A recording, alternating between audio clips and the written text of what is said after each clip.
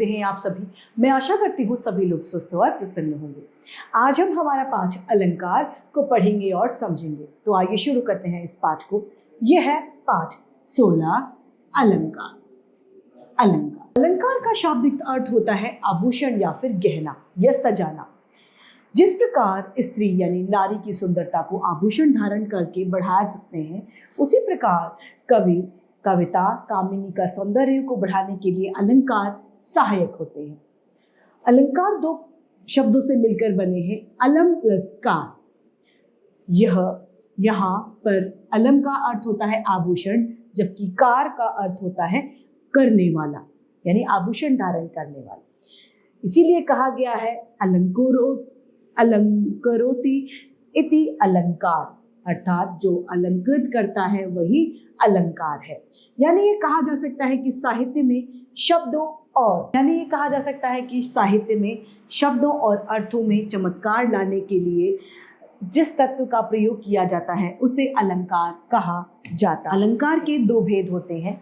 पहला शब्द अलंकार और अर्थालंकार, यानी दो भागों में अलंकार को हमने बांटा है। पहला है शब्द अलंकार। जब काव्य में शब्दों के द्वारा चमत्कार उत्पन्न किया जाता है तो वह शब्द अलंकार होता है। जैसे कि काली घटा का शब्द अलंकार का भेद है। शब्द अलंकार के निम्न भेद है। पहला अनुप्रास अलंकार।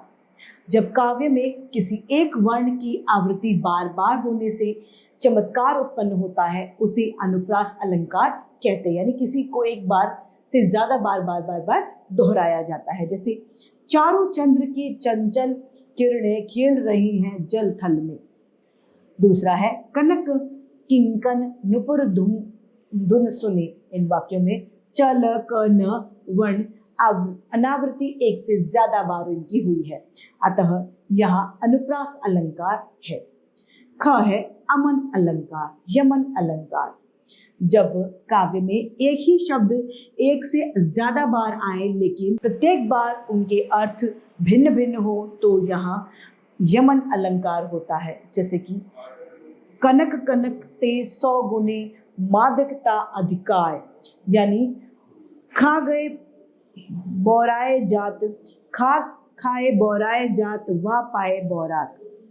दूसरा है कर का मन का दार दे मन का फेर। यहाँ पहले कनक का अर्थ है धतूरा और दूसरे कनक का अर्थ है सो। दोनों से ही व्यक्ति पागल हो जाता है। उसी प्रकार दूसरे उदाहरण में पहला मन का अर्थ होता है माला और दूसरा है अपने मन का, यानी अपने हृदय का। श्लेष अलंकार अगला अलंकार है हमारा। जब काव्य में कोई शब्द एक ही बार आए लेकिन अर्थ के लिए अधिक हो तो यहाँ श्लेष अलंकार हो जाता है। जैसे रहीमन पानी राखिए बिन पानी सब सून, पानी गए न उबरे मोती मानस चून। अगला है जो रहीम गति दीप की कुल कुपति गुत सोए, बारे उजार्यो करे बढ़े अंधेरों को। यहाँ पर पहले उदाहरण में पानी का शब्द 3 अर्थों से लिया गया है। मोती के संबंध में चमक, मनुष्य के संबंध में सम्मान और चून यानी आटे के संबंध में जल।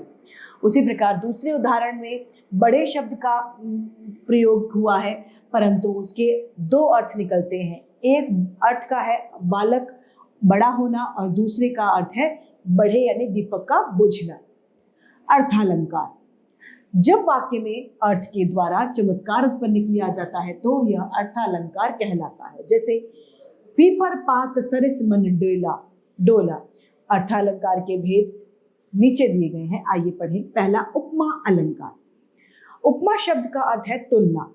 जहां एक वस्तु या प्राणी की तुलना अत्यंत समानता के कारण किसी प्रसिद्ध वस्तु या प्राणी से की जाए वहां उपमा अलंकार होता है।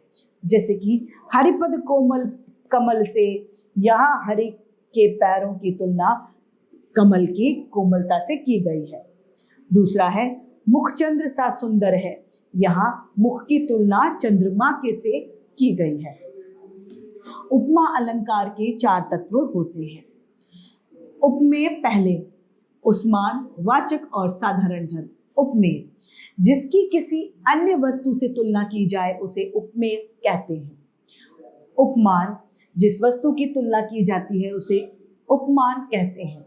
वाचक जो शब्द समानता बताने वाले हों उन्हें वाचक कहते हैं। जैसे मुख चंद्रमा सा सुंदर है, यहाँ सा क्या है? वाचक। उपमेय और उपमान में जिन गुणों के कारण तुलना की जाती है उन्हें साधारण धर्म कहते हैं। जैसे कि चंद्र सा सुंदर है, यहाँ सुंदर शब्द साधारण धर्म। रूपक अलंकार, जहाँ उपमेय और उपमान में कोई अंतर न दिखाई दे, यानी उपमेय और उपमान के बीच का भेद समाप्त हो जाए, वहाँ रूपक अलंकार होता है। जैसे कि चरण कमल बंदो हरि राही, यहाँ हरि के चरण उपमेय और कमल उपमान के बीच भेद समाप्त हो गया है और हरि के चरणों को ही कमल बताया गया है। अंबर घट में डूबो रही तारा घट उषा नगरी, यहाँ आकाश रूपी पनघट में उषा रूपी स्त्री तारा रूपी घड़े डूबो रही है, अतः आकाश पर पनघट का, स्त्री का, उषा का तथा तारा पर घड़े का आरोप होने का रूपक अलंकार है। ग है उत्प्रेक्षा अलंकार, जहाँ उपमेय में उपमान की संभावना प्रकट की जाए वहाँ उत्प्रेक्षा अलंकार होता है। जैसे कि मुख मानो चंद्रमा है, यहाँ मुख उपमेय को चंद्रमा मान लेने से उत्प्रेक्षा अलंकार है। विशेष है मनु मानो, जनु जानो आदि शब्दों की उत्प्रेक्षा अलंकार की पहचान हो जाती है। नोट, यहाँ पर ये ध्यान रखने योग्य बात। आइए इस पाठ को एक बार संक्षेप में दोहरा लें। कविता का सौंदर्य बढ़ाने वाले साधनों को अलंकार कहा जाता है। अलंकार के दो भेद होते हैं, शब्दालंकार तथा अर्थालंकार। शब्दालंकार के तीन भेद होते हैं, अनुप्रास, यमक और श्लेष अलंकार। अर्थालंकार के तीन भेद होते हैं, उपमा, रूपक तथा उत्प्रेक्षा अलंकार आदि। तो इसी के साथ हमारा ये पाठ अलंकार समाप्त होता है और उम्मीद करती हूँ सभी को ये समझ में भी आया होगा। आज के लिए इतना ही, फिर मिलते हैं। धन्यवाद।